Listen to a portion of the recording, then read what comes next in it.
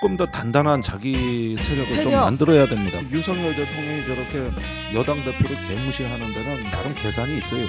넌 몇 표 되는데 네 주변에 뭐가 있는데 당은 내가 다 컨트롤하고 있고 또 우리 집사람이 다 하고 있고 이런 상태에서는 조국 혁신당 대표만도 못한 수준이에요. 그 단을 만들어서 대처할 수 있는 시스템이 있어요. 한동훈 대표가 뭐 이게 되는 집 살림이면은 손님이 오더라도 무슨 반찬을 내놔도 다 맛있다. 근데 그날 해동 결과가 좋지 않았지 않습니까? 그러니까 뭐든지 다 이제 문제가 됩니다. 빨리 헤어지는 게 나서 한동훈 대표를 고립시키기 위한 이런 일종의 정치적 해수처나 공작들 계속 하고 있잖아요. 저건 끝난 거예요. 같이 있을 수가 없어요. 시간 문제지 분당 수순이 들어갔다고. 한없이 가벼운 정치 토크쇼 장르만 여의도 10월 24일 목요일 순서 시작하겠습니다. 반갑습니다. 정프로고요. 시작하기 전에 나오는 그 시그널 뮤직 같은 거 그 오프닝 멘트 아주 지겨워 죽겠다고 그만 좀 하라고 그러셔서 조만간 바꾸도록 하겠습니다. 저도 들어보니까 조금 올드한 것 같고요. 좀 바꾸도록 하겠습니다. 사과 말씀 먼저 드리고요. 오늘 보니까 뭐 뉴스들을 뭐 어제부터 쭉 보니까 이제 한동훈 대표가 완전히 마음을 좀 먹은 것 같습니다. 뭐 대통령도 완전히 이제 한동훈 대표를 좀 버리기로 한 거 아닌가 이런 느낌이 좀 들긴 하는데 관련된 이야기들 오늘 정말 이 분야 최고의 분들과 함께 나눠보도록 하겠습니다. 정말 소중한 분들 한 분 한 분 소개를 해드리죠. 저희 방송의 균형추를 잘 맞춰주시는 정말 소중한 우리 국민의힘 김성태 전 원내대표님 어서 오십시오. 예, 안녕하세요. 김성태입니다. 아유, 대표님 없으면 어떻게 이 방송 이렇게 뭐 시장 멘트만 이렇게 해놓고는 뭐 내용적으로는 한 번도 뭐 제대로 된 예우가 되는 게 없어. 예우가 없어요. 그냥 핀잔이나 주려고 그러고 뭐 그래 다 시청률이 안 나온다 그러고 뭐, 청취율이지. 동접자. 다 알고는 계시네요. 다 아시면 안 되는데. 자, 그리고 우상호 더불어민주당 전 원내대표님 어서 오십시오. 네, 안녕하십니까. 네. 김종대 전 의원님 어서 오십시오. 안녕하십니까. 네, 반갑습니다. 저희가 균형을 좀 잘 잡고 있는 걸까요? 아니면 조금 부족할까요? 장르만 여의도가 보수 우파적 관점에서 균형을 잡는다 그러면 누가 그걸 믿겠어요? 그렇게 보세요? 그거는 뭐 인정하고 무슨 소리예요? 그렇지만 이제 그래서 이제 뭐 김성태는 꿋꿋하게 어떠한 의각과 탄압 뭐 그런 뭐 때로는 조롱 기아 제가 볼 때는 내가 여러 프로그램을 나가 보면 이 장르만 여의도가 가장 중립적이에요. 진행이. 나름 그렇죠. 성격들이 안 좋은 거지. 이 진행자가 성격들이 문제지. 진행자가 문제지. 성격이 문제인 거지. 이 색깔은 중립이야. 아니 우리 김성태 의원님 보실 때 나는 옛날에 그래도 이 JTBC JTBC 내가 그래도 이게 초창기에 만들어질 때 JTBC를 띄울 때 내가 많은 역할을 했죠. 뭔 역할을? 주요 뭐 그런 야심찬 프로그램 저가의 동침이라든지 맞네요. 뭐 썰전이라든지 이런데 내가 출연하는 게 어디 있어? 출연을 했는데 별 재미 못 봤는데 무슨 저가의 동침은 1회부터 10회까지 했는데 그 민주당이 박지원 그거는 내노라는 사람 다 나왔지만 그 프로그램 실패했어. 한 번 내지 두 번으로 끝났는데 유일하게 10회까지 전에 출연한 사람이 나와. 난 그렇게 안 나온다 그래도 뭐 그냥. 근데 뭐 프로그램 자체가 잘 된 건 아니었으니까요. 자, 우리 최윤경 기자님이 오늘도 뉴스 정리해 주실 거고요. 이렇게 마무리하면 안 된다 얘기. 아니 소개는 해야지. 저 소개해야지. 최 기자를. 이거 우리 저 의원님 보실 때 제일 그러면 이 정도면 정말 참 중립적으로 잘한다. 참 균형추가 잘 맞아 있다. 이런 프로 뭐 있어요? 뭐 그런 거는 이제 뭐 어렵게 출연한 나에 대한 뭐 예우를 좀 잘 한다든지. 그러니까 뭐 어떤 프로 있냐고요, 그런 거. 가령 뭐 신의 한 수? 뭐 생각이 안 나는 그런 쪽은 안 가요. 난 그런 쪽은 출연을 안 해봤는데 우리만한 데가 없다니까요. 뭐 MBC 뉴스 하이킥도 뭐 나름 잘 하고. 그래요. 그 CBS 김현정 뉴스쇼도 뭐 다 징계받은 방송. 아니 중징계 그거 잘했어. 아주 잘했어요. 아주 CBS 정말 김종대 의원이 네가 징계받았지. 우리 우 대표님은 간밤에도 또 조금 뭐 이 깊어가는 가을밤에 좀 하셨네 보니까. 뭐 그런 것까지 지금 문제를 삼으세요. 그럴 수 있지. 아니 우리 저 오랜만에 우씨 가족들 사촌들끼리 좀 모여서 한잔 했어요. 우씨가 2명 이상 모인 자리가 거의 없는데 어제 모처럼 한 10명 우리는 모였어요. 이렇게 여야간에 정치를 할 때도 네. 싸울 때는 정말 대가리 터지게 박 터지게 싸우지만 그래도 밤에 소주도 한잔 하고 네. 또 상대당이 간절히 바라는 거 있다면 그런 뭐 또 기술적으로 협조하고 그게 정치가 돌아왔는데 요즘 정치가 안 되니까 참 너무 힘들어요 방송하기. 요즘 정치 진짜 너무 힘들다. 너무 힘들어. 네. 근데 그 정치가 안 돌아가는 게 핵심이 대통령 때문인데 어떻게 좀 해봐요 좀. 그 부분이 안타깝게 생각합니다.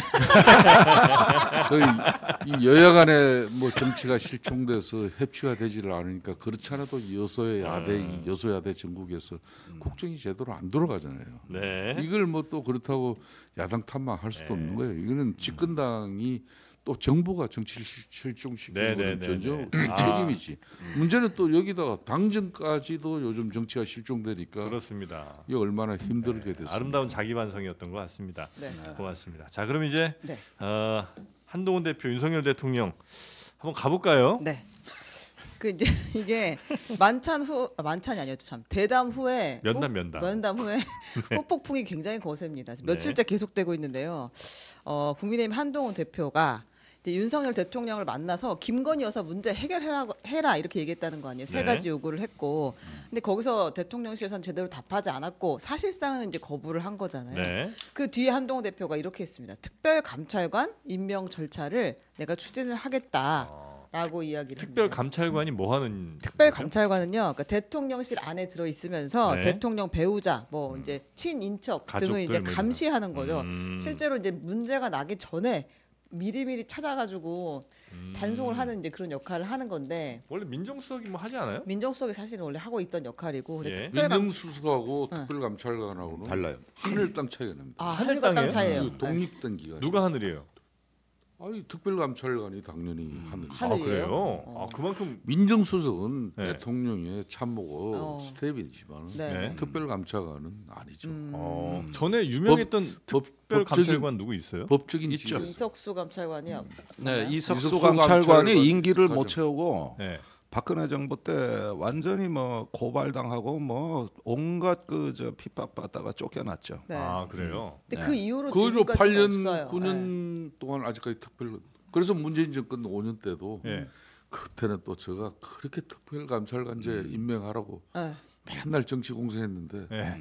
끝까지 안 했어요. 그 앞에 이석수 감찰관.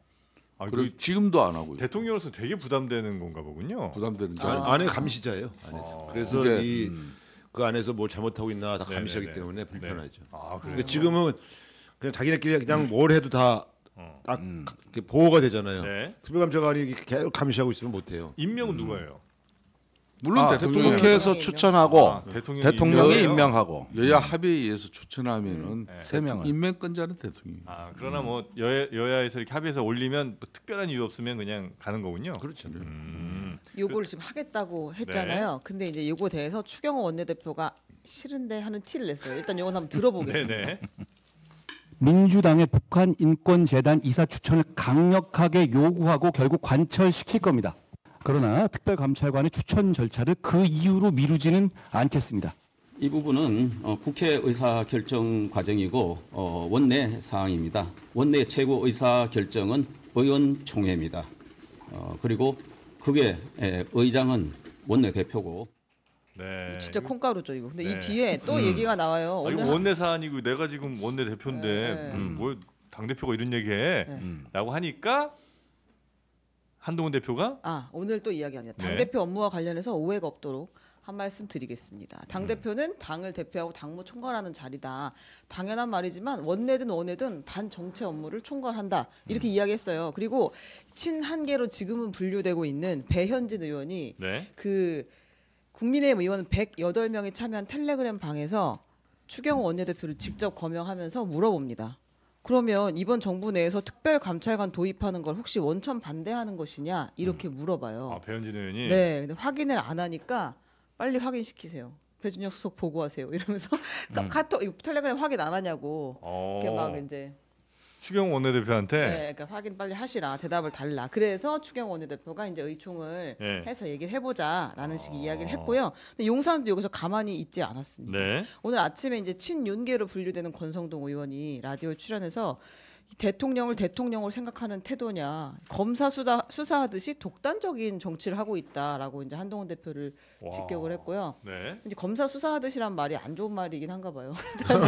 검사 출신들이 검사 출신들한테 이런 말 쓰니까. 네. 용산 대통령실에서도 북한 인권 문제는 헌법 가치이자 당 정체성과 직접 연관된 문제인데 네. 이거 먼저 해야지 같이 가야지라고 말하면서 특별감찰관 약간 발목 잡는 그런 발언을 했습니다. 네.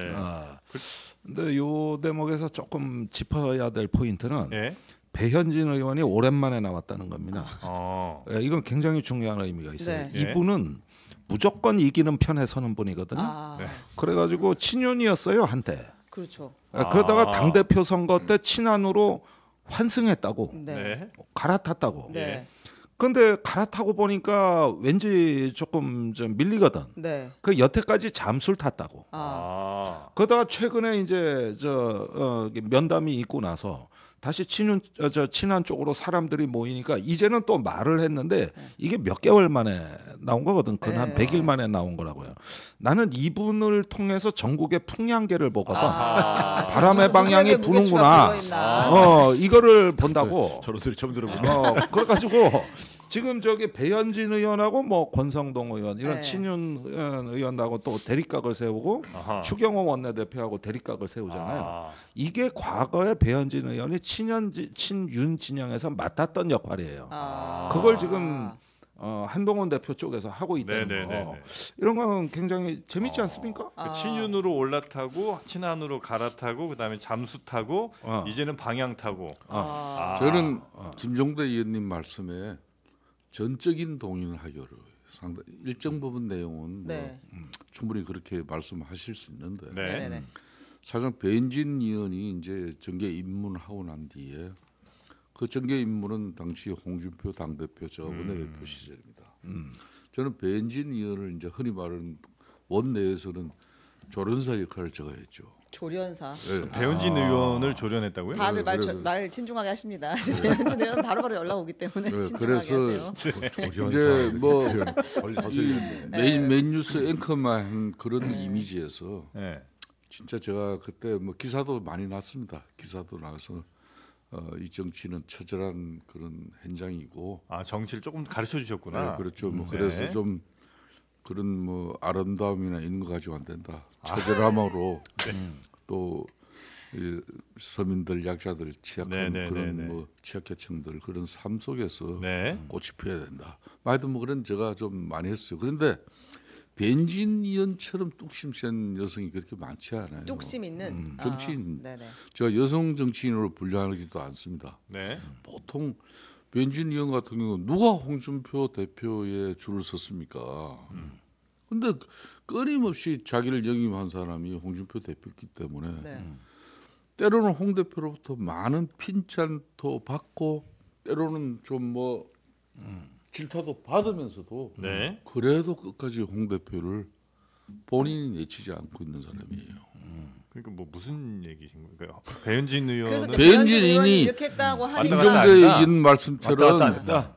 뭐 주로 주류의 네. 양지만 찾아가는 그런 그런 사람이 시류의 아니다. 그런 사람은 아니다. 그건 아니다. 근데 이제 권력의 그건- 어떤 네. 리트머스가 그건 바로 이거는 저는- 이해할 수 있나요? 네. 동의하시나요? 이게 권력을 되게 정확하게 파악하고 있다. 그리고 야성이 있어요. 야성이 있습니까?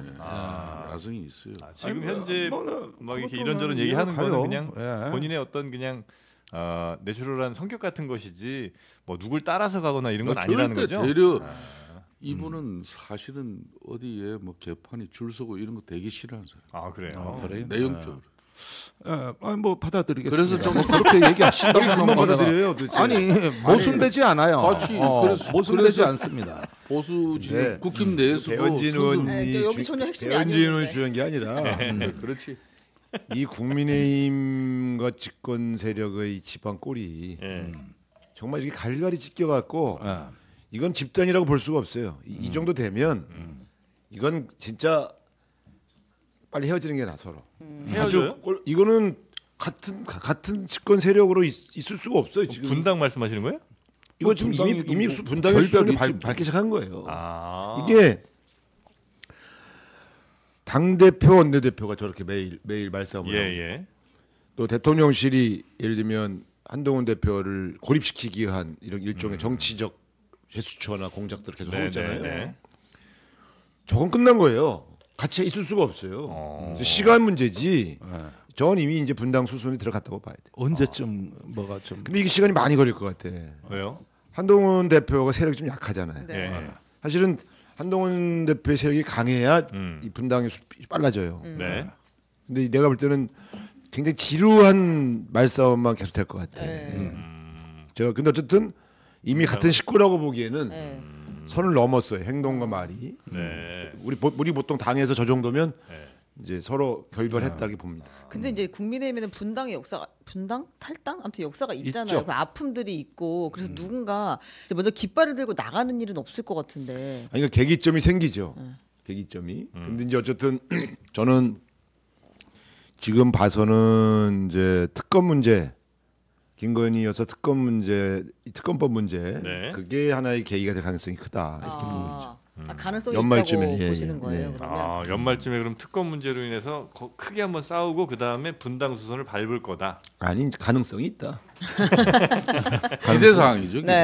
기대 안 해요. 사실 나는 이렇게 당이 자꾸 쪼개지고 만들어지고 이런 걸 아주 싫어합니다. 그게 정당의 역사, 정당 정치가 안정성을 잃는 이유가 바로 그런 붕당 정치 때문이거든요. 그러니까 정당이 예를 들어 뭐 그 안에 파벌이 있고 싸움이 있고 이런 건 있을 수 있지만 정당이 깨져서 색깔이 비슷하면서도 자꾸 이렇게 비슷한 이름으로 정당이 만들어지는 걸 제가 싫어해요. 제가 민주당이라는 책을 썼잖아요.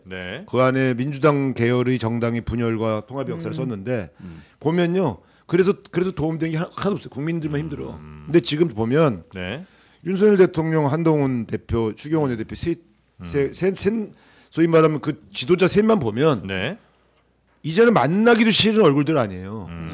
그래갖고 어떻게 같이 정치를 하겠어. 근데 그러니까 이 특별감찰관 문제라든가 이런 얘기가 다 한동훈 대표가 좀 건드리고 있는 거예요, 계속. 근데 이제 말씀은 결국 한동훈 대표랑 그 아직은 소수인 세력들이 이제 나가는 그림밖에 나올 수 없다고 말씀하시는 것 같은데 누가 나간다고 안 했어요.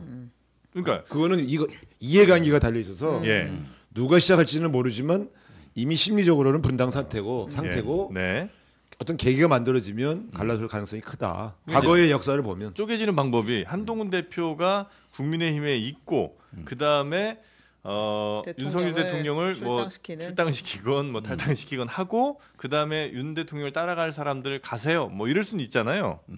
아니면 이제 윤 대통령과 국민의힘은 있고 지금 너무 빠른 얘기예요.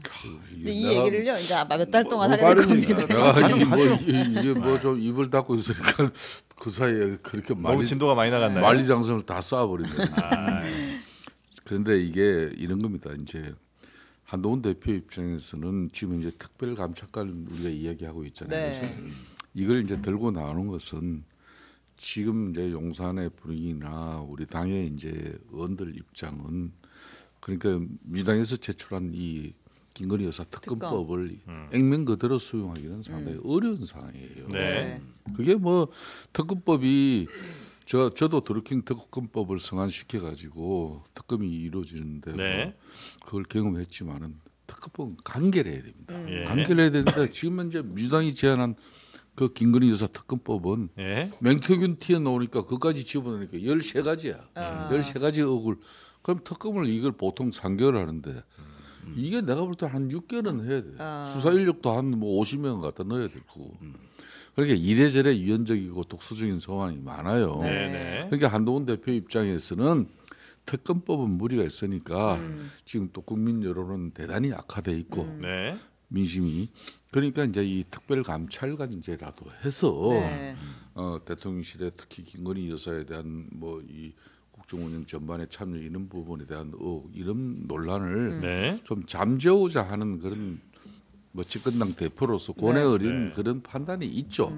근데 이런 것도 본인이 뭐 덜썩은 당 대표의 입장만 가지고 할 게 아니라 어찌됐든 간에 그래도 원내대표 그리고 용산 정무 뭐 라인 뭐 이런 쪽 최소한 정무수석하고 좀 이렇게 정치가 작동돼 가지고 그리고 이게 어느 날 딱 넣으면은 이게 그나마 이게 좀 대체제가 되는데 그냥 그런 게 특별감찰관을 딱 던져놓으니까 이게 모두가 황당하죠. 불란 또 호떡집이 돼버렸습니다. 호떡집이요. 자, 그래서 지금 대통령실과 지금 한동훈 대표 사이에 말싸움이 아주 격해졌죠. 조금 근데 격해졌는데 그게 조금 약간 짜잘한 거가 너무 좀 강하지 않나. 근데 이거를 꼭 해야 되는지 잘 모르겠으나 그래도 이제 볼까요? 오랫동안 정치하신 분들이 나오셨으니까 다시 한번 사진 좀 보겠습니다. 제가 깊이 감동한 사진. 그러니까 계속해서 홀대받았다는 걸 한동훈 대표 측에서 이야기를 하잖아요. 어떻게 당대표를 불러놓고 완전 이렇게까지 만들 수가 있느냐. 홀대론 얘기를 했더니 대통령실에서 홀대는 무슨 홀대야 라고 이야기하면서 또 조목조목 거기에 대해서 답변을 해요. 그러니까 원형 테이블, 그 테이블이 참 중요한 건데 그 원형 테이블도 아니고 이게 둘이 앉아서 뭐 이게 취조실이냐 이제 이런 얘기들이 나오니까 테이블 분석은 저희가 가장 먼저 했습니다. 그럼요. 함께 앉을 만한 원형 테이블이 없었다. 대화하는데 테이블 모양이 그렇게 중요하냐. 그리고 이제 20분이나 왜 서서 기다리게 했느냐 했더니 그건 일이 늦어지니까 그렇게 20분 늦을 수도 있는 거지. 그리고 이제 요 얘기도 나왔잖아요. 그 사진도 이거는 한동훈 대표 측에서 나온 얘기는 아니고 제가 처음 이 사진을 보고서 도대체 무슨 대통령실에서 내보내는 사진에 전혀 모르는 제3자가 저렇게 지나가는 사진 찍힐 수가 있는가. 그건 이상하더라고. 진짜 이상하잖아요. 이거는. 그 사진 혹시 있으면 좀 보여드리겠습니다. 그 사진 얘기를 했더니 그것도 일부러 그런 것이 아니고 이제 우리가 급하게 여러 군데서 여러 명이 바바바박 찍어 가지고 내보내다 보니까 그랬다. 특별한 의도는 없었고 앞으로 좀 주의하겠다 이렇게 얘기를 했어요. 대통령과 한동훈 대표 있는데 그 뒤에 누가 이렇게 어슬렁거리는 사진이 하나 있었죠. 이런 걸 보통 공식적으로는 잘 내질 않는데 전혀 안 내죠. 이런 걸 왜 내요? 오늘 처음 보신 것처럼 얘기하시네. 아니, 이게 무성의한 거예요. 그러니까 의도가 있었다기보다는 무성의한 거라고. 무성의하다. 이게 이런 정도의 실력들이면, 그러니까 제가 볼 때는 이거 나중에 그 안에서는 혼나요. 이 사진은 이런 걸 이렇게 그건 외부로 보내는 공개적인 자료들인데. 여사 사진 이렇게 내보냈다가는 전부 잘리고 병을 친다고. 거기는 얼마나 선별하고 이쁜 거 뽑아서 하는데. 이게 뭐야 이게? 근데 어쨌든 뒤통수만 내보냈어. 뒤통수만. 그리고 맞아. 대통령이나 이제 한동훈 대표의 정확한 얼굴이 없어요. 여기 사진을 보면. 각을 되게 못 찍는 사람이 찍은 사진처럼 찍어놨어요. 옆모습 혹은 이렇게 45도 모습, 누군가는 뒤통수니 이런 사진 잘 안 찍거든요. 이게 저도 대통령실 가봐서 이렇게 면담도 하고 회동도 하고 사진도 찍잖아요. 그러면 대통령 사진사들이 이렇게 공식적으로 들어오셔서 약간 연출도 해요. 여기 찍겠습니다. 잠깐만 여기 봐주세요. 그러면 아니면 또 이쪽으로 갖다 찍으셔서 그래서 사진이 잘 나오게끔 유도를 해. 그게 그 사람들 실력이에요. 대화를 막지는 않으면서. 그리고 이걸 나중에 이제 홍보실에서 어떤 사진을 내보낼 건가는 컨셉을 가지고 선별하는 거예요, 원래. 그렇죠. 화기애애한 사진만 내보낸다든가. 이거 굉장히 딱딱한 사진만 내보내잖아요. 이거 여사가 기획한 거예요. 여사. 여사 기획장이에요. 내가 뭐 있는 그대로. 여사님이 셀렉에 어쨌든 이거는 그냥 무성의했다는 정도. 근데 실제로 이 탁자 문제나 이 의전이요. 정치의 절반, 외교는 80%가 의전이고요. 작은 문제 아니다. 정치는 50%가 의전이에요. 저도 어디 가서 의전상 포대제를 받으면 좀 기분 나빠요. 과거에. 왜냐면 내가 그냥 개인이 아니고 당을 대표하는 원내대표인데 그러면 나에 대한 홀대는 민주당에 대한 홀대다 라고 생각할 수밖에 없어요. 그래서 그걸 굉장히 의전에 대해서 사실 상의를 해요. 내가 대접받고 싶어서가 아니라. 그렇죠. 나의 대표성 때문이지. 근데 그래서 이 원탁이냐 이 장방형의 이것도 탁자도 장방 너무 길어. 이게 너무 긴 이야기가. 아니 우리가 사실은 이런 거 앉을 때도 어디 앉죠? 이거 다 물어보잖아. 그렇죠. 대한민국 그리고 모든 테이블에 상석이 있는 나라잖아요. TV 토론을 나갈 때도 나를 왜 그쪽에 앉죠? 물어봐요. 이거는 그 가벼운 문제는 아니에요. 그래서 나는 보면서 굳이 왜 이런 방식의 좌석에 앉혔고 더 문제 삼는 거는 정진석 비서실장과 한동훈 대표를 옆에 앉혔잖아요. 이렇게 앉히면 안 돼요. 사각형이라 하더라도 그러면 비서실장이 사이드에 앉아야 돼요. 대통령과 당대표가 마주 앉고 사이드에 비서실장을 앉혀야지 이렇게 옆에 같이 앉히는 건 한동훈 당대표를 비서실장급으로 격하한 거예요. 그래서 이거예요. 의도가 없었다 하더라도 이건 무성의했고 이런 정도의 배려도 안 했다는 것은 이건 굉장히 잘못된 거예요. 그러니까 이런 겁니다. 저도 좀 대통령실에 관련된 사람한테 저도 좀 약간 싫은 소리를 했는데 뭐 이게 되는 집 살림이면은 손님이 오더라도 무슨 반찬을 내놔도 다 맛있다 그래요. 잘 먹었다 그러고. 근데 그날 해동 결과가 좋지 않았지 않습니까? 그러니까 뭐든지 다 이제 문제가 되는 겁니다.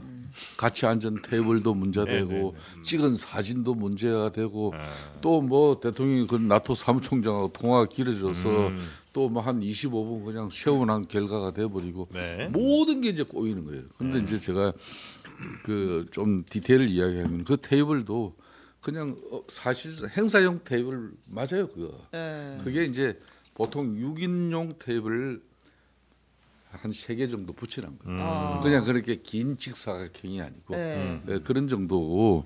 그러나 이제 또 한동훈 대표를 한 25분 시원한 부분은 이제 당시 혼자 세운 건 아니고 홍철호 정무수석이 저부터도 그걸 안 된다 당 대표를 어떻게 그렇게 그런 모양새로 하냐. 더군다나 파인글라스 그래 뭐 정원 산책하고 난 이후에 바로 그 가까운 곳에 그래 해동 자리를 만들었다면은 거기에 맞는 그런 뭐 그림이 나와야 되는 건데 그 가까워서 했다 그러면서 당 대표를 그런데 뭐 별도로 밖에서 뭐 25분을 시원하냐 그랬더니 그러니까 대통령실 좀 문제 있다 이거는. 그렇죠. 그래서 그랬더니 홍철호 정무수석이 대화도 쭉 해주고 있었고 그래서 뭐 별도에 이렇게 자리를 안 내나 한 건 아니다. 이제 이렇게 된 거지만은 그 사진 문제도 그런 거예요. 공교롭게 이제 한동훈 대표가 8인을 지칭을 했잖아요. 구체적으로 이 사람이 뭘 잘못했고 이 사람은 인적 쇄신했어요.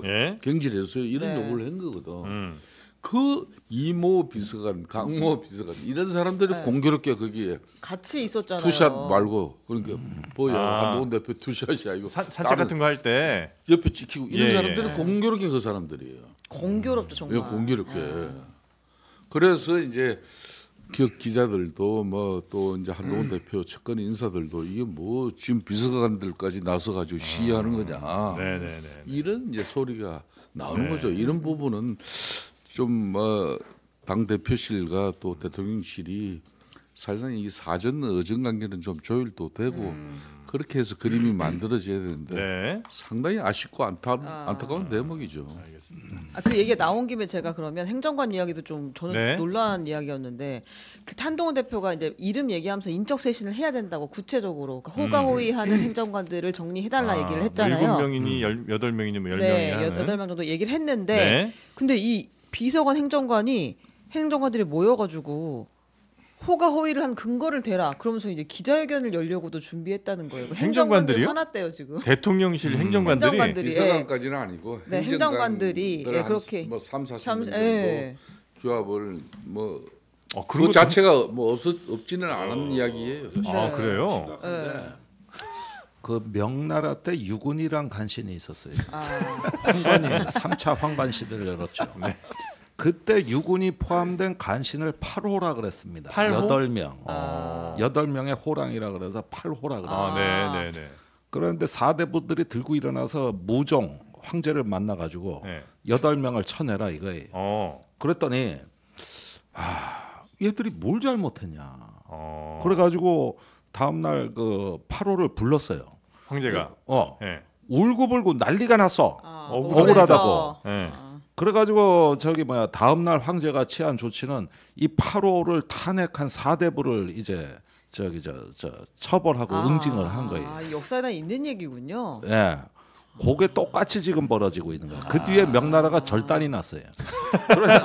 나라가 절단 났어요. 이걸 보셔야 돼요. 자, 윤 대통령이 이 8명이 뭘 잘못했냐. 열심히 일하는데 뭘 그러면 저거 달라. 나는 사실 이 얘기는 맞는 얘기라고 봐요. 그 다음이 중요한데 저거 냈어야죠. 이로 인해서 여사가 온 나라의 주인 행세를 하는 걸로 국민들이 알고 계시고 대통령 지지율 떨어졌고 놔두면 화근이 되고 상처가 되고 여기서부터 조목조목 해가지고 전부 내겠습니다. 그러고 저기 뭐냐 저 빈손으로 못 돌아갑니다. 이렇게 한동훈 대표가 더 결기 있게 나갔어야 돼요. 그게 안 됐기 때문에 명나라 때도 파로한테 거꾸로 되치기를 당한 거예요. 그때 무종 황제도 딱 그렇게 얘기했다고. 그랬는데 이런 부분에 대해서는 뭔가 저기 뭐냐 아유 뭐 걔들 뭐 열심히 하는데 뭘 잘못해서 그럼 다음 얘기 하겠습니다. 뭐 이런 식으로 진행됐다는 게 대통령실 얘기인데 이렇게 넘어갈 일은 아니었다는 겁니다. 애시당초 일이 더 강하게 좀 나갔었어야 된다. 그 3차 황관 시대하고 똑같이 황관 카르텔 정부가 돼가는 거지 이게. 근데 그 현장에서 그러기는 좀 어려웠었나요? 근데 저는 여사 문제를 이제 얘기한 것은 좋은데. 이 대통령 앞에서 대통령의 인사에 관한 얘기를 하는 거는 사실은 굉장히 위험한 행위예요. 약간 대통령 보기에는 좀 선 넘는 얘기다. 예. 그래서 한동훈 대표 입장에서는 이게 워낙 그 김건희 여사가 별도의 행정관들에게 별도 영향력을 미쳐서 실제로 이렇게 여러 가지 그 국정에 혼선이 생기고 있다는 것에 대한 걱정을 했을 가능성이 있어도 그걸 우회적으로 얘기해야지. 사람을 특정해서 누구누구 잘라라 그러면 대통령 입장에서는 자기 인사권을 건드리는 얘기거든요. 예를 들어 대통령이 한동훈 대표한테 너 당직자 누구 잘라. 그러면 그거 굉장히 기분 나쁜 거예요. 그러니까 인사에 관한 얘기는 사실은 그렇게 직설적으로 하면 안 돼. 그래서 나는 저거는 굉장히 위험하다 봤어요. 대통령 영부인 활동을 자제시키자 이런 거는 현재 국민들 민심이 그러니 민심을 전달하는 거지만 행정관 누구누구를 잘라라라고 얘기하는 것은 저는 상당히 저거는 서로 그냥 갈라서겠다는 소리다 라고 생각했거든요. 과거에 노무현 대통령실 노무현 대통령 인사 스타일을 김근태 의장이 비판했다가 그 대통령과 지도부 면담하는 자리 제가 있었거든요. 저녁 때 밥을 같이 먹는데 책상 치고 난리 났었어요. 누가? 대통령이. 그래요? 근데 아니 내가 당 인사에 관여하지 않는데 왜 당은 대통령의 인사가 뭐 회전문이니 뭐 호도 인사니 왜 그런 식으로 비판을 하십니까? 그래서 그 옆에서 내가 받아 적다가 이건 발표할 수가 없네. 이제 대변인이었으니까 인사 문제를 건드리면 누구를 막론하고 그거는 굉장히 민감한. 아니 그러니까 옛날부터 목을 내놓고 했습니다. 도끼를 가져갔어요. 아니 그런 결기가 있어야 돼. 지부상. 제 나라 황공 때 왜 3명의 간신 여가 수조 개방을 갖다가 내치라고 저기 관포지교로 유명한 관중이 죽을 때 임금한테 이것만은 얘들만은 쓰시면 안 된다. 그랬는데 썼잖아요. 그랬다가 황제가 저기 굶어 죽은 거 아닙니까? 그것도 외부하고 차단한. 대부분 고종 황제 때도 그 저기 뭐냐 그 요즘 역사 콘텐츠 뭐 준비하세요? 아니 내가 보면은 마지막으로 가서 목숨 걸고 진언하는 사람은 대부분 인사 문제를 얘기했어요. 우리 박정희 대통령 때도 대부분 그렇게 인사 문제가 상소한 사람 대부분 죽었어요. 그러니까 오늘의 결론은 뭐냐면 나라가 절대 안 나고 그 사람 죽었다는 얘기 아니에요 지금? 지금 이 얘기는 말을 꺼냈으면 결과를 만들고 정치인은 결과에 책임을 지는 사람입니다. 그러나 이렇게 해가지고 조롱을 당할 것 같았으면 다른 방법을 취했어야 돼요. 우상호 우리 의원님 말씀대로. 그러나 이거는 다 준비해간 말 아닙니까? 그러니까 되면은 얘기 결과를 만들었어요. 그러니까 뭐 두 분 말씀 저는 전적으로 동의합니다. 특히 전적으로 동의해요. 특히 우상호 대표님 말씀 인사는 건들지 말았어야 된다. 이게 이제 보통 이 야당은 당정 관계가 없잖아요. 집권당만 가지는 게 당정 관계거든요. 이 당정 관계는 고도의 정치 행위를 하는 그런 모양새입니다. 그래서 이게 정치가 또 그 고도의 정치 행위에서 정치가 실종돼 버리면 안 되는 거죠. 그러니까 당은 당대로 집권당의 면모를 또 갖추고 국민적 신뢰를 확보하기 위해서 일정 부분 국정 운영 뒷받침을 또 성공시키고 그렇게 해서 대통령의 국정 운영 지지율이 높아지면 그 가시를 또 집권당은 따먹고 이런 거거든요. 그래서 보통 당정은 혼연일체 한 몸이다 이제 이런 건데 한동훈 대표 입장에서 그럼 김건희 여사 이제 3대 요구를 들고 나가는 걸 좋아요. 이거 누가 봐도 민심이에요 지금. 얼마나 이거 뭐 성난 민심인데 이걸 대통령께 이제 전달하는 그 과정은 이걸 본인이 독대 요청하면서 그걸 대국민 공표를 해가지고 대국민들한테 선전포고하고 나 대통령이 이렇게 만난다.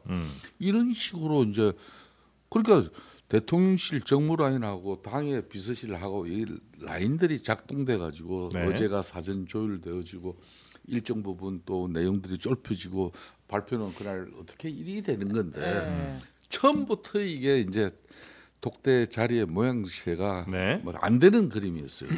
그러니까 제가 결론적으로 말씀을 드리면은 사실상 이 인사 문제는 더군다나 저는 오늘 이 방송 마치고 나면 이상덕 전 그 부의장님 그 비서 조문을 갈 겁니다만 가령 그때 MB 때 민본 21이라는 그때 그 소장 계획파원들이 그때 뭐 상황 정치하는 물러나라 그랬지. 뭐 이상덕 부의장 네네네. 그래서 이상덕 부의장 물러나라 그랬어요. 우리가. 네. 그런 이 소장 계획파들이 뭐 대통령에게 대들은 이 모양새하고 네. 지금 당 대표와 대통령의 관계에서 이렇게 인적세진 요구하는 이거는 그림은 아닙니다. 그 말씀을 우상호 의원의 지적이 참 맞는 얘기입니다. 인사에 대해서는 건들지 않는 게 맞죠. 정도로 주의셨으면 어땠을까요? 아니 이렇게 또 풀어나가줘야 그게 또 있으니까요. 다 전사가 이거 정포는 너무하시네. 요거 지금 진도가 너무 늦어. 이래서 문제를. 이래서 문제입니다. 제가. 아니 그러니까 돌 던져도 대통령은 맞고 가겠다고 했잖아요. 네? 돌 던지는 거 계속 맞으실 것 같은데 이제 그 와중에 홍준표 대구시장을 또 만났어요. 이거 또 참전했어요. 이거는 그냥 뒤끝은 아니고 그냥 계획되고 예정됐던 만남을 하는 것이었을 텐데 홍준표 그 시장이 만나고 나서 이렇게 이야기합니다. 당 지도부 일각은 지금이 비상식이라는 걸 깊이 자각하시고 신중한 처신을 하시기 바랍니다. 촐랑대는 가벼움으로 나라를 운영하는 건 아니라는 걸. 촐랑대는 가벼움. 요거 이제 한동훈 대표가 제일 싫어하는 워딩이거든요. 그렇게 하지 말아라라는 취지의 이야기를 페이스북에 올렸습니다. 촐랑대는 가벼움. 이거 좀 굉장히 당 대표한테 좀 전 당대표가 현 당대표한테 촐랑대는 가벼운 자라고 말하는 것도 그게 가벼운 거예요. 네? 그게 지금 보면 막 던져 지금 말들이 막 여당 내 지도자들이 막 던지고 막 싸우고 그래서 저거는 진짜 가정교육이 너무 안 좋아. 가정교육이요? 엉망이야 엉망. 지금 대통령이요. 표현도 돌 던지면 맞겠다? 무슨 그런 말을 해 대통령이. 사실은 지금 본인이 스스로 바위에 자기 머리를 부딪히고 있는 거예요. 국민이라는 큰 바위에다 그냥 돌을 던진다. 그럼 지금 한동훈 대표나 이런 사람들이 자기들 돌을 던진다는 거네 지금. 네. 이 정도는 이건 정말 야당에 대해서도 그렇게 말하면 안 되는데 좀 굉장히 심각한 발언들을 서로에게 막 하거든요. 지금 사실 서로 총을 막 난사하고 있어요 서로. 제가 그래서 저 집안은 저건 깨진다. 지금 저런 얘기 하고 나잖아요. 네. 상처들이 다 남아요. 자기에게 한 얘기는 다 기억나거든. 맞아. 그래서 그 상처를 언제 보복을 한다고. 그래서 저는 저게 굉장히 지금 던진 말들이 반드시 상처로 남아서 반드시 돌아가요. 그래서 빨리 깨지는 게 낫겠네. 근데 나는 차라리 그게 나을 것 같은데 저게 또 오래 걸려. 맞아. 서로 책임 11월 달에 이 11월 달에 상당히 정치권에서는 중요한 달이에요. 11월이요? 예. 왜요? 민주당도 위기의 계절이고 국민의힘도 위기의 계절. 올해 11월이 그렇습니다. 국민의힘도 당정 관계 이게 회복하고 신뢰를 회복하지 못하면 김건희 여사 특검법이 다시 재결 넘어오죠. 뭐 그 이전에 이제 제가 볼 때는 11월 15일부터 민주당의 수장 이재명 대표의 그런 1심 판결 선고가 나오지 않습니까? 그리고 열흘 이후에는 이정교 여사 또 선고까지 나와요. 근데 그때 이제 우상호 지금 원내대표가 과연 지금 식의 분위기로 이렇게 열변을 토할 수 있을 것인가? 우상호. 근데 좀 잠깐 숨 쉬시는 동안 그러니까 정리를 할게요. 좀 고려하면서 하세요. 김성태 그 대표님 이야기를 한동훈 대표가 똑같이 하고 있어요. 이 맥락이 뭔지 제가 한참을 이해를 못해서 여러 번 읽어봤는데 뭐냐면 그 김건희 여사의 지금 3대 요구를 대통령실에서 사실상 거부를 했잖아요. 네. 그 뒤로 이 이야기를 그래도 반드시 내가 해결은 봐야겠다. 근데 그 데드라인을 11월 15일로 한동훈 대표가 11월 15일 얘기하고 딱 있는 정했어요? 거예요. 네. 왜요? 11월 15일에 이재명 대표에 대한 1심 선고가 있잖아요. 선거법 위반. 이제 그거가 나오게 되면 민주당은 혼란이 올 것이다. 그러니까 그것 때문에 정신 없고 하면 우리한테 반사 이익이 와야 되는데 민주당은 준비한 시나리오대로 폭주하고 헌정 질서를 파괴하고 민심에 반하는 행동을 할 텐데 그럼 민주당 지지를 했던 사람들도 이제 안 되는구나라는 실감을 할 텐데 그럼 그때 그게 우리한테 지지가 와야 되는데 그러려면 그 전에 김 여사 관련 리스크는 정리를 해야 된다. 그러니까 미리 정리해놓고 그때 쏟아지는 민주당 이탈자들을 우리가 잘 받아야 된다. 네, 그 민심을 받아야 된다.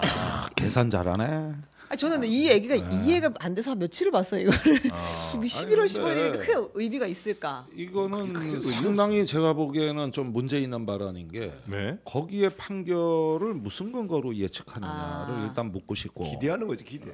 두 번째는 설령 그런 어떤 판결이 있다 하더라도 그게 민주당이 깨지거나 아니면 자중질환에 빠진다는 거를 어떻게 확정하느냐 하는 문제인데 지금 여야가 다른 건 뭐냐면 여당은 이제 집안 내 싸움으로 콩가루가 돼가고 있는 거지만은 야당은 이렇게 공동의 재난이로 인식하고 다섯 뭉치면서 안 되면 그냥 밖으로 나가자 우리. 오히려 뭉친다. 헤딩 맞추자.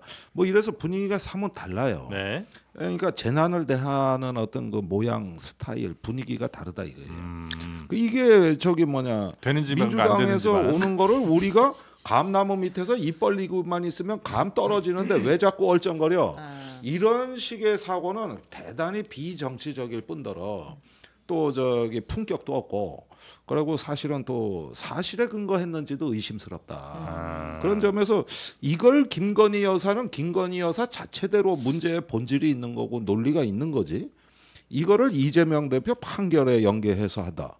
이걸 어떤 국민들이 이해합니까? 그리고 지금 그 문제와 관계없이 김건희 여사는 더 이상 미룰 수 없는 저 이제 환부가 돼가지고 빨리 수술 안 하면 정권이 이제 저 위험해질 판인데 이걸 그 문제의 본질로 안 봤다는 얘기 아닙니까 이거는? 난 이런 건 불순하다는 거예요. 이걸 정치적인 이득으로 계산한다는 것 자체가 너무나 불손하다. 아니 국정을 정상화하고 회복하는 문제지 이게 왜 야당 대표 사법 판결하고 관계 있는 거예요? 왜 연결시키느냐? 그러니까 순수하지가 못해. 순수하지가. 순수까지 바라는 건 좀 그렇고. 근데 이제 한동훈 이재명 순수한 척은 해야지. 촐랑대는 가벼움이 많네. 아니 근데 이제 한동훈 대표가 이재명 대표랑 만나겠다고 했다는 거 아니에요? 만나서 뭔가 얘기를 할 텐데 그럼 거기서 뭘 얘기해야 이 한동훈이의 세력이 다시 당에서 좀 뭔가 이제 힘을 발휘할 수 있을 것인가? 이제 이번에 이제 집권당 그리고 당정 간에 이런 큰 갈등이 계속 이번 이제 21일 날 그런 회동을 통해 가지고 차담회를 통해 가지고 다들 좀 풀어지길 정말 학수고대했습니다. 특히 보수 진영과 또 국민들까지도. 그렇지만 더 악화된 그 결과인데 결론은 이런 거죠. 지금 상황은 제가 볼 때는 지금 현재 상당히 윤석열 대통령의 국정 운영 자체가 지금 절체절명의 위기입니다. 이 위기 상황을 극복하려면은 당정이 상황인식을 같이 공유를 해야 돼요. 그런데 이제 그 상황인식이 서로 달라요, 그냥. 대통령실은 위기라는 거를 인식을 잘 못하고 있군요. 저는 제가 볼 때는 참모진들 다 알아요.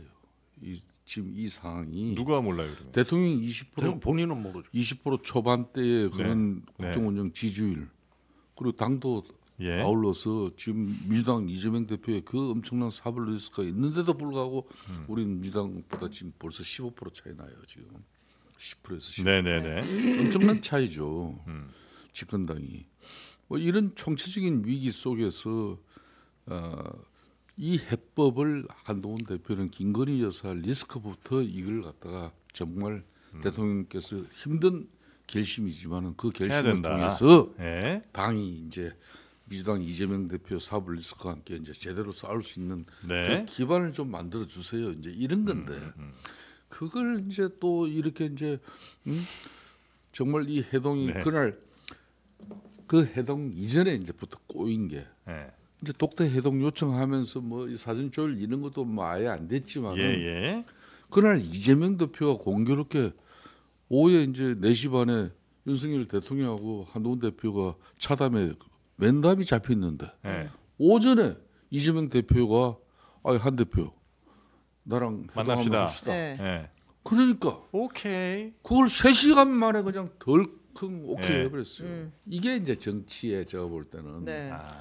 그러면 이제 이재명 대표를 만나 이전에 더군다나 대통령하고 차담에 약속이 돼 있기 때문에 이걸 야당하고 때로는 협치를 위해서 뭐 이런 걸 집권당 대표가 대통령의 뜻과 또 당정이 그 다음에 이제 이재명 대표를 자기가 만나는 약속을 답을 주면 되잖아요. 네. 그런 거 하나도 이게 대통령 만나러 온다는 사람이 민주당 대표하고 그냥 회동 약속을 덜컥 해버리고 하니까 이리저리 그냥 용산에서. 네. 그러니까 그날 하여튼 회동 분위기 이전에 망했다 지금 이런 느낌이에요 지금. 네, 아유 헤어지 맞아 망했죠. 완전 그냥. 망한 거죠. 근데 이제 망하고 난 뒤에 제 질문은 이거예요. 이제 망하고 난 뒤에도 또 이걸 실력 행사로 그날 밤에 이게 의원들 이런 모아서 때일수록 냉각기를 좀 가지면서 갈등을 좀 해소할 수 있는 그런 정치력이 양 지정에서 좀 나와가지고 이거는 거강꾼들이 또 나와요. 이거 싸움을 좀 말기는 이런 것도 좀 기다리면서 이걸 정치를 해야 되는 건데 실력 행사죠 이거는. 거강꾼. 뭐 한 20-30명 또 모아가지고 나 이렇게 홀대 받았는데 앞으로 뭐 일정 부분 나는 앞으로 더 국민만 보고 내가 이런 입장 낼 건데 이거 안 받아들이면은 뭐 쉽게 말하면 특검법도 간다. 어떻게 될지 모르겠다 이런 분위기가 되니까 이게 이제 최악의 상황까지 온 겁니다. 네. 뭐더 할 말이 없네. 11월 유기설이 이제 결국은 김건희 특검법 이제 만약에 또 추진해서 거부권 행사에서 재의결 넘어올 때 이때를 말하는 거거든요. 네. 이럴 때 과연 지난번에 4명이 이탈자가 있었으니까 그렇죠. 플러스 4명 그러니까 총 8명이 이탈자만 있으면 그냥 의결되는 거예요. 그렇죠. 예. 그러니까 그럴 가능성을 지금 얘기하고 있는 거 아닙니까? 충분히 가능할 것 같은데 지금. 그러면 그건 당 깨지는 거예요. 그럼 친윤계가 같이 있을 수가 없어요. 그래서 우리 민주당으로 말하면 지난번에 이재명 대표 체포동의안 가결표 던진 의원들이 이번에 싹 몰살당했잖아요. 그런 거 비슷한 더 큰 사건이죠. 대통령 영부인을 특검법을 통과시켜서 사법 처리해도 좋다 하고 넘기는 거 아닙니까? 특검 그렇게 되면 한동훈 대표는 살아야 아니면 그렇게 되면 한동훈 대표는 죽어요.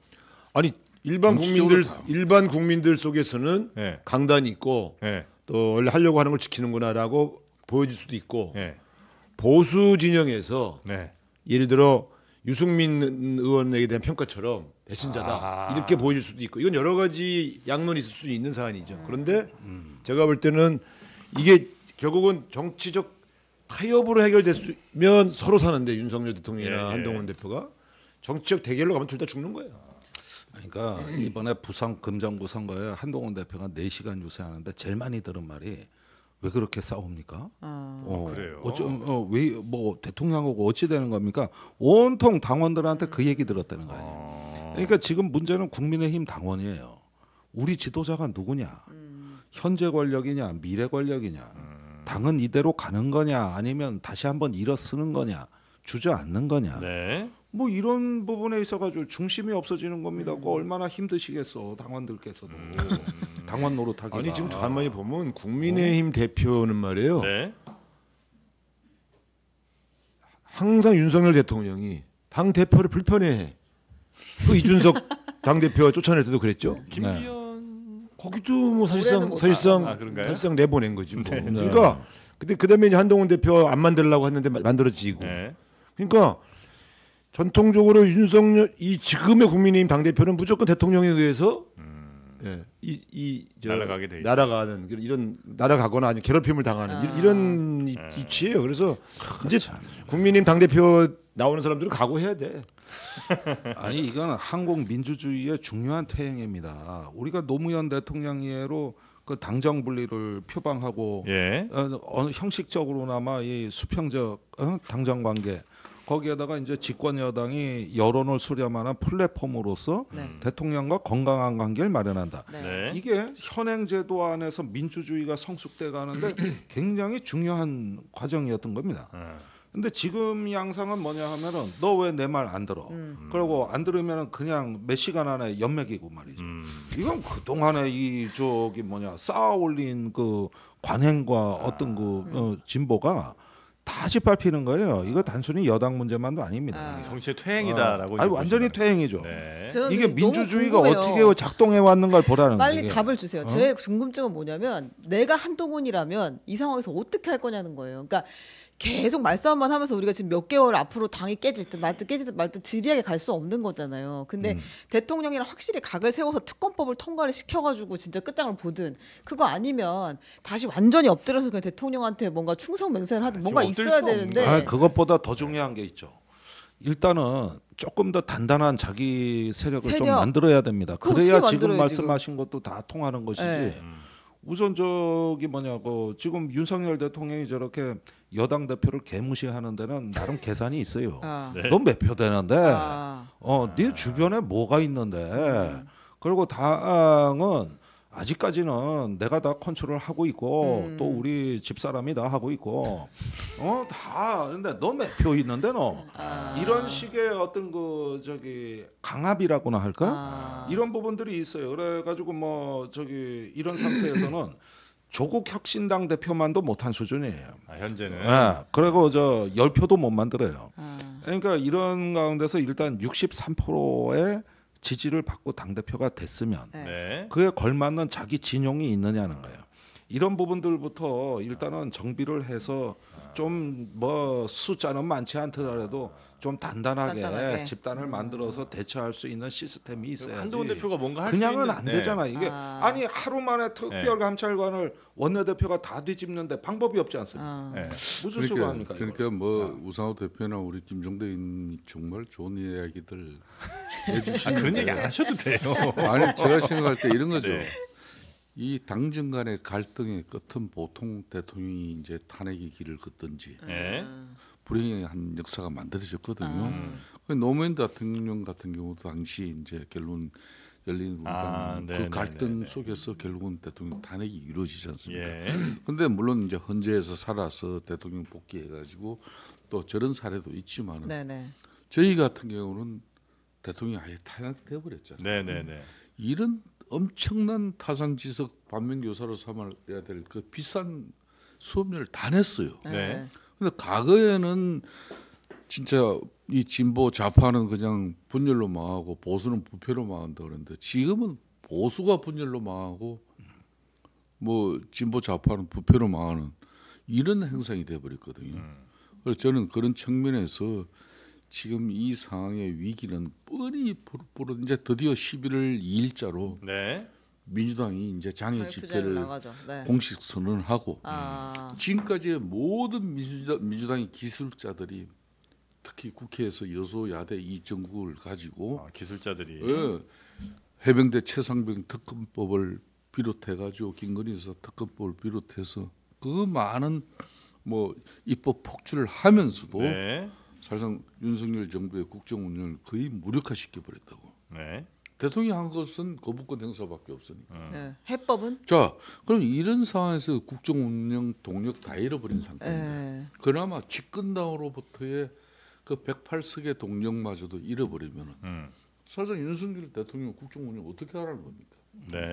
그럼 결론은 김건희 여사 이 뭐 3대 요구안 가지고 한동훈 대표는 이거 안 받아들이면은 뭐 그냥 잊지 않겠다 그러지. 이 그렇지 않아도 민주당은 탄핵의 시간표에 딱 맞춰가지고 움직이고 있는데 제가 딱 1분만 더 이야기할게요.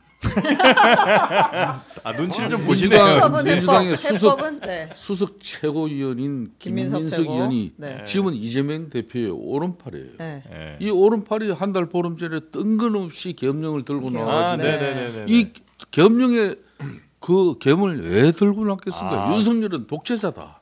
이 독재자 프레임 만드는 거예요. 두 번째 그리고 강덕구 의원이라는 분은 이 대표적인 또 친명 인사입니다. 이재명 대표 아주 수족이죠. 이분이 국회의원회관 대강당을 대관해 준 그 사실은 탄핵 집회.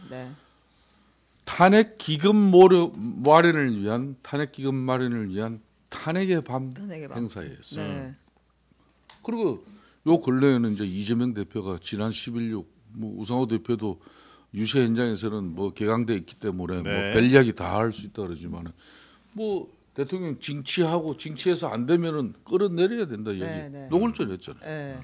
그리고 이제 11월 2일 하는 겁니다. 네, 민주당은 시간표대로 짝짝짝 가고 있다. 제가 볼 때는 상당히 중이다. 위험한 상황이에요. 저는 박근혜 대통령 탄핵 과정을 저 나름대로 기록도 하고 있는 사람인데 전 최순실 당시 국정조사 청문특위위원장을 하면서 변화되는 민심의 흔적으로 늘 체크를 했었어요. 지금 상대 그때 박근혜 대통령이 탄핵될 때 국민들 이 반대 분위기가 65%에서 시작했어요. 지금 우리 몇 프로입니까? 이런 엄청난 위기 속에서도 당정이 이런 모습 보이니까 정말 우리는 우라가 치밀어요. 솔직히 말하면. 오늘 말씀 들을만해요. 아니 근데 지금 답이 없다는 이야기를 길게 하시면 내가 해결책을 줄 수는 없다. 이렇게 들을만해요. 얼마나 비통하시겠어요. 그래서 난 그 10분 이해가 조롱하지 간다. 않습니다. 지금 말투가 지금 알겠습니다. 뭐 한동훈 대표 답이 없다는 말씀이신 것 같은데 답이 없으신 지금 것 중요한 같습니다. 거 우리 김종대 의원님한테 여쭤볼 게 있잖아요.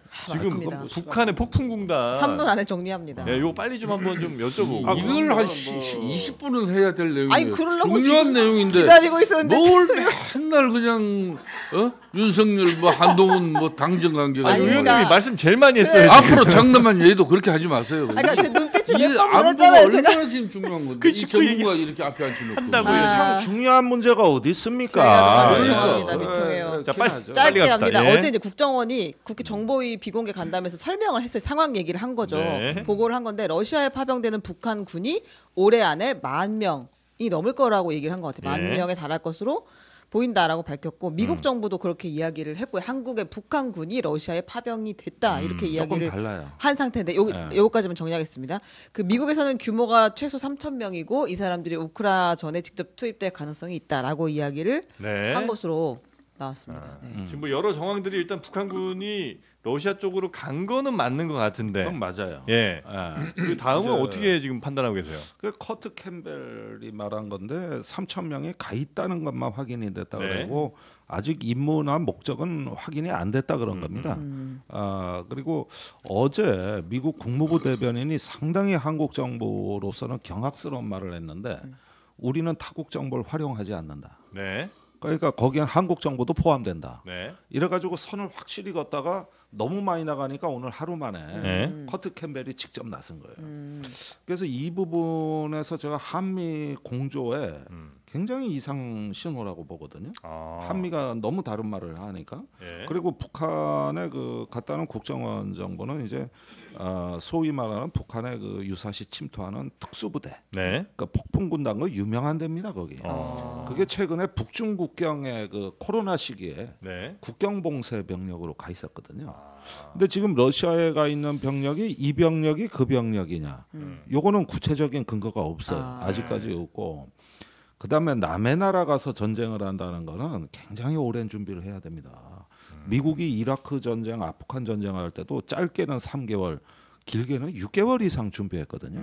하물며 러시아하고는 말도 안 통하고 지형도 다른데 아무리 북한 정예부대라 하더라도 생전 처음 보는 이 크루쿠스나 뭐 루안스크, 도네츠크 여기 가가지고 바로 전투를 한다는 거는 있을 수가 없어요.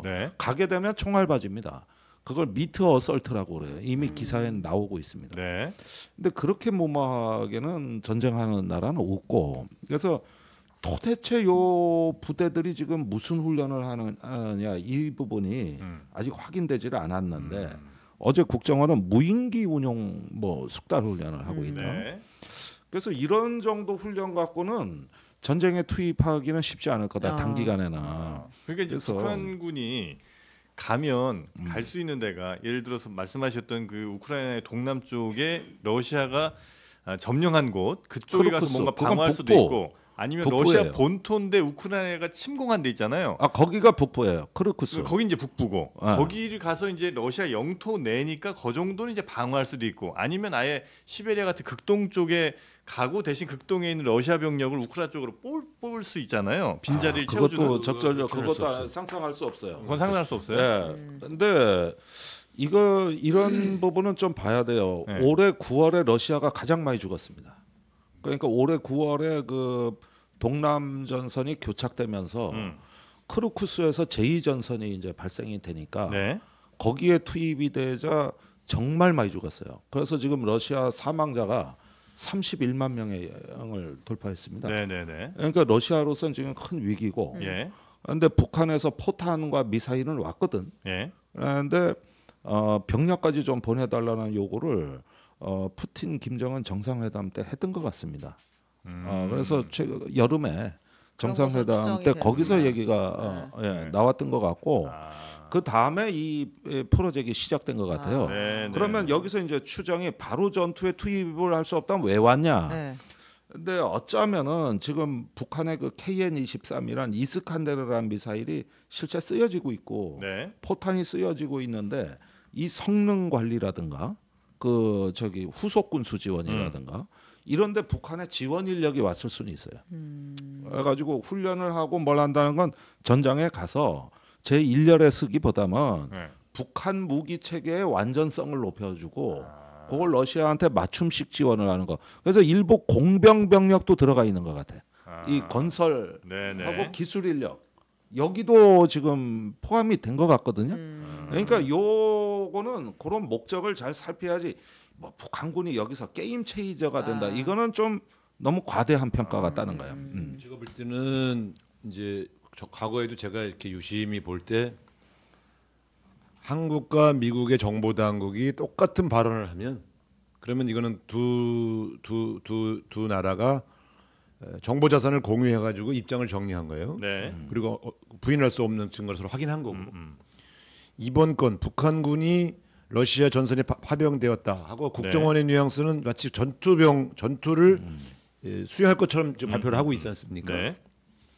근데 미국이 그거에 대해서 확인을 해주지 않거나 우리는 다른 사실로 알고 있다고 하거나. 그래서 지금은 한미의 정보 당국이 서로 다른 얘기하고 있어요. 네. 그래서 그러면 보통 우리는 야당은 옛날에 어떻게 했냐면 저건 좀 더 확인해 볼 필요가 있다. 왜냐하면 미국이 굳이 그걸 부인할 이유가 없거든요. 그럼 자기들 문제인데. 왜냐하면 지금 우크라이나와 러시아 전선은 실제로 미국이 굉장히 사실상 거의 관여하고 있다고 봐야 되는 그 전선이기 때문에 자기들 문제라고. 그래서 제가 볼 땐 왜 미국의 정보 당국이 이 사실을 확인해 주지 않지? 왜냐하면 군 부대의 이동, 특히 3천 명에서 1만 명 가까운 자원의 이동은 미국의 정보 당국이 파악을 못할 리가 없어요. 네. 신문지 요만한 A4 용지까지 다 볼 수 있는 정보력이 있기 때문에. 그래서 내가 보면서 3천 명이 이동했는데 이동한 흔적을 미국 정보 당국이 확인을 못한단 말인가? 아니면 확인을 했는데 지금 현재 미국이 이제 대선 곧 들어가잖아요. 그러니까 대선 전에 이런 이슈가 터지기를 좀 원치 않아서 좀 미국은 그렇게 하지 뭐 않습니다. 일부 그런 사람들이 주장이 있긴 있죠. 그러나 그거는 그런데 여기서 우크라이나 전쟁의 중요한 변화를 갖다가 정보를 누락하거나 무시했다 그러면 이거 탄핵감입니다. 아니 아무리 대선이라도 그렇지 엄연히 행정부가 있는데. 여기 또 외교국방 전문가시죠. 이번 국가정보원 우리 국정원이 이번처럼 신속하게 북한 지상군이 우크라이나 전에 투입된다는 그 사실을 공표한 게 처음입니다. 이렇게 신속하게. 그리고 이제 우크라이나 정보기관으로부터 나오는 그 소식 이런 것들이 다 맞아떨어졌어요. 이제 최종적으로 미국 입장이 좀 유보되고 있다가 최종적으로 어저께부터 이제 구체적으로 미국도 인정을 하고 있고 확인한다 이렇게 된 거예요. 그러면 왜 이제 북한군 지상군이 13,000여 명이 투입될 거냐? 지금 1차적인 목적은 지난 6월달에 푸틴하고 김정은하고 그때 만나서 이제 이야기가 다 끝났어요. 북한은 왜 그럼 지상군을 투입해 주느냐? 이게 이제 ICBM부터 핵 원자력 러시아로부터 받을 게 많으니까 그 러시아 기술을 지금 받으려고 하는 거고 두 번째는 예하벌입니다. 중국 국경이 봉쇄되면서 북한의 노동력 중에 하나가 북한의 노동력이 예하 수입의 가장 큰 수입원이었는데 그게 지금 없어졌잖아요. 그래서 사실상 한 명당 11,000달러면은 우리나라 돈으로 270-80만 원을 받아요. 11,000달러요? 그렇죠. 12,000 정도 달러. 그리고 200 278달러, 278만 원이에요. 내가 계산을 해보니까. 2,000달러쯤 되는 돈. 네. 2,000달러. 네, 월 2,000달러. 그래서 그 돈을 다 병사들한테 주겠습니까? 그래서 제가 하는 이야기는 이제 이 에어버리도 하면서 또 기술도 받아야 러시아 되고. 군사 기술도 받으면서 하는 건데 이게 대한민국 안보에 왜 문제가 되느냐? 저는 폭풍 군단 저런 군단이 현대 시가전까지 경험해버리고 하면은 지금 북한군은 우리는 그나마 베트남 참전해서 우리가 그 전투력이라도 가지고 있었는데 6.25 전쟁 이후에 저 북한군은 실전 경험 없죠. 없어. 아프리카에 그냥 군사 기술자들 가서 뭐 교관들 보낸 정도거든요. 그래서 안보적인 측면도 문제가 많다 이런 거죠. 이건 좀 빈소에 가셔야죠. 좀 지켜봐야죠. 알겠습니다. 네. 전체적으로 어수선하네요. 네. 저희 방송은 늘 방송도 어수선하고 국제 정세도 어수선하고 여당 상황도 어수선합니다. 자, 그럼 오늘은 또 뒤에 또 일정들이 있으시니까 여기서 좀 보내드리고요. 저희는 잠시 후에 장윤선 기자 그리고 누굽니까? 김용남 의장님과 함께 일단 좀 헤맨다 오늘. 갑자기 이름이 생각이 안 나네요. 네, 두 분과 함께하는 정치용장 가겠습니다. 네, 오늘 함께해 주신 세 분 대단히 감사하고요. 다음 주에 뵙겠습니다.